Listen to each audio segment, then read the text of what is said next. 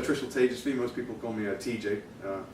And I'm from England, actually Wales, more accurately.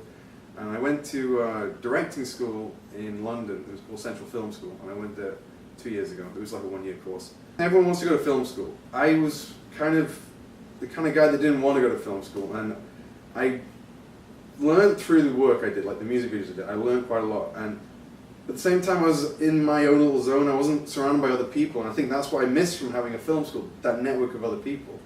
So when I was looking for a film school, I didn't want the one that was technical, that was about cameras and things like that, because I felt I'd already knew that, and I think you can learn that kind of stuff through like sites like nofilmschool.com, for example. You can learn a lot.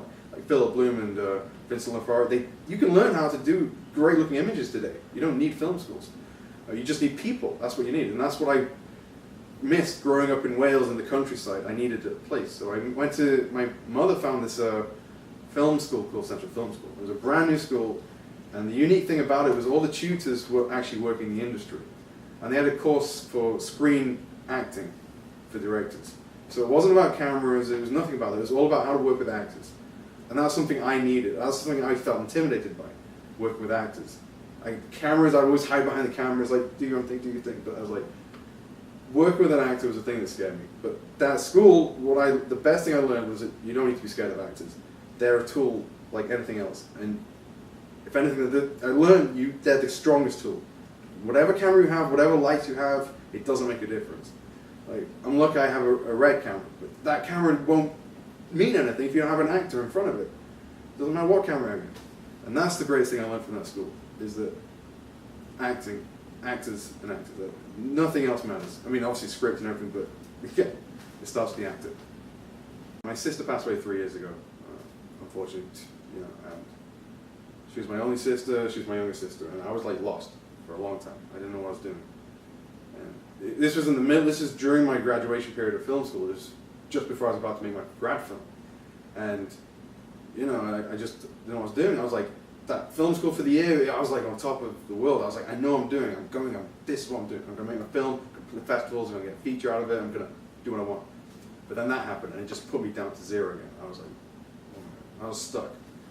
And we had the condo over here in America, in Sarasota, which for the company we had a company in England, a healthcare company. It went bust after some time, but we had the condo here. That was a remnant of the company. And I came over here just to take my mind off things, maybe write. That was the goal. I was going to come here and write for like 2-3 months, and that never happened. I had a PlayStation, I had nothing to do, so I just took time to myself, and I went to New Orleans, I traveled, I just got centered kind of thing. It's taken me about 2 years until now. So I had this like I said, I had this grad film, and it came about in a funny situation. Basically, in my film school, we were meant to be pitching our ideas, and I wanted to make a feature for my grad film for $5,000. My film teacher, Virginia, she just went nuts. She said, "TJ, you're just crazy. Stop being so crazy. Stop it, like this." And like, she had to reel me in, and I was like, "What am I going to do? What am I going to do?" She said, "Look, I'm going to come back in 5 minutes, and you're going to tell me genuinely what you want to do, and be practical about it, TJ. Don't be like, you're not making a feature for $5,000. Forget about it." So I'm like, what am I going to do? What am I going to do? And I was like, man, I wish I was a robot right now that didn't know he was a robot. And I was like, I wish I was a robot with amnesia. And then she came in, and I just told her this idea. And then her and my film, the head of the school, was like, okay, sounds interesting. And then, yeah, it came from there. And then within a few months, within a month or two, I wrote a first draft. And I got one of my best friends, Louis Ackman. He's a really good screenwriter in England. He came on board and he helped out my friend Yoni as well, who have been making all the videos with my producing partner. Gone on, and then Sean came on board as well. These are all guys outside the film school. These are guys I've been working with previously. So that was going ahead, and then we were really excited about it, and then we were looking at all these actors and actresses, and then my sister passed away, and it just really as it killed everything. But that film was like a chance for me, like everyone's saying, that's your phoenix. It's like, it's your time to rise from the ashes. That's your film, do it. And my ex-girlfriend at the time, like, she was a big part of that, helping me get, the strength to do it. And my friends, Yanni, Sean, and Louis, like, without those guys, it would never have happened. Like, they gave me the strength and the courage to make the film, and all my classmates, all the school, everyone around me, all my friends, they really helped me out to get the film going. It needs to happen. And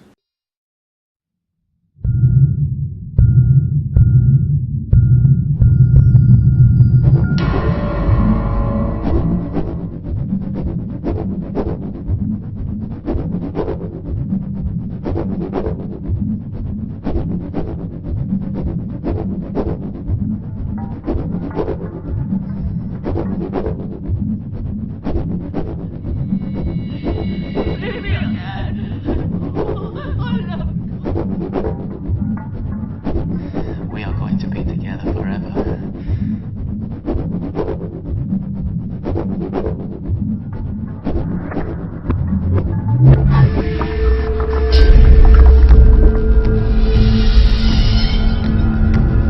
Deactivate him now, Darshini!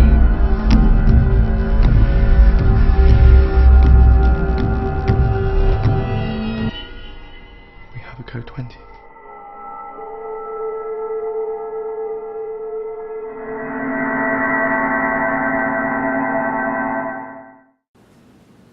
yeah, it was a really personal film for me, like, because the script changed a lot after that. Like, there was a lot of elements that came in, because the film itself it's about death. You know, it's about afterlife in a new technological world, and a lot of the elements in that story like really hit home to me, to the point that when I made the film, once it was done, it was like, what do I do now? And you know, there's so many special effects to do, so much sound work to do.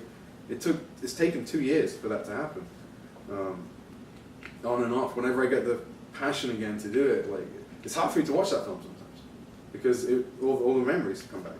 And the saddest thing for me was when I finished the final draft. Louis finished it up, and I was about to send it out, and I put my sister's name in the emails, and I just forgot for a second, and that she wasn't going to read it. I just forgot she was gone, and I was like, and every time I did that film, like, it's a weird thing when you say, oh, it feels like someone's there with you making it, but it felt like that.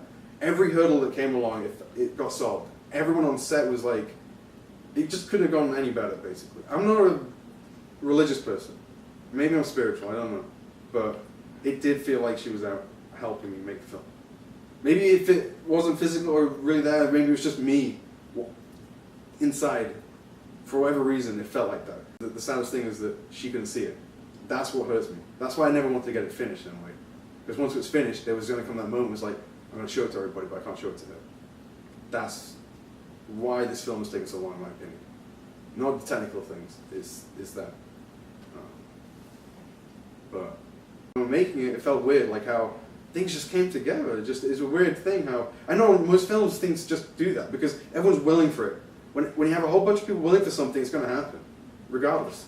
And I think, I don't know if that made a difference, but it probably did. Everyone just got emotional about it, and it really made everyone think hard about what they're doing. This is this is filmmaking. We love it, and we love life, death, everything. When you feel those things happen, when something big in your life happens, that's when you realize this is what I want to do, and that's what everyone realized. This is what we want to do. We want to make films, and I think that's what really helped get together. Maybe no ghost or something was there watching, but I think it was it's the drive inside of us that made us make the film.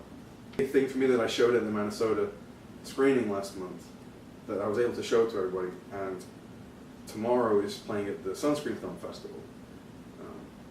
To me, that is a big thing. Like, her birthday was actually on Sunday, a few days ago. She would have turned 30. And in a way, it feels quite fitting that now it's premiering in St. Petersburg as well, near the Dali Museum, which me and my sister love the Dali Museum. Like, Dali was a huge influence on me when I was a teenager. When I started to see art could be like that way, surreal and just crazy, that just blew my mind. It me and my sister made a short film kind of loosely based on a director that was influenced by Dali, so it's kind of fitting that the film's playing near there. And it's just fitting it's playing in April, generally. It's a weird thing. I didn't plan for that, it just happened. But I think if you're going to look at it in some crazy spiritual religious way. It's like her way of saying this is my birthday present. Thank you.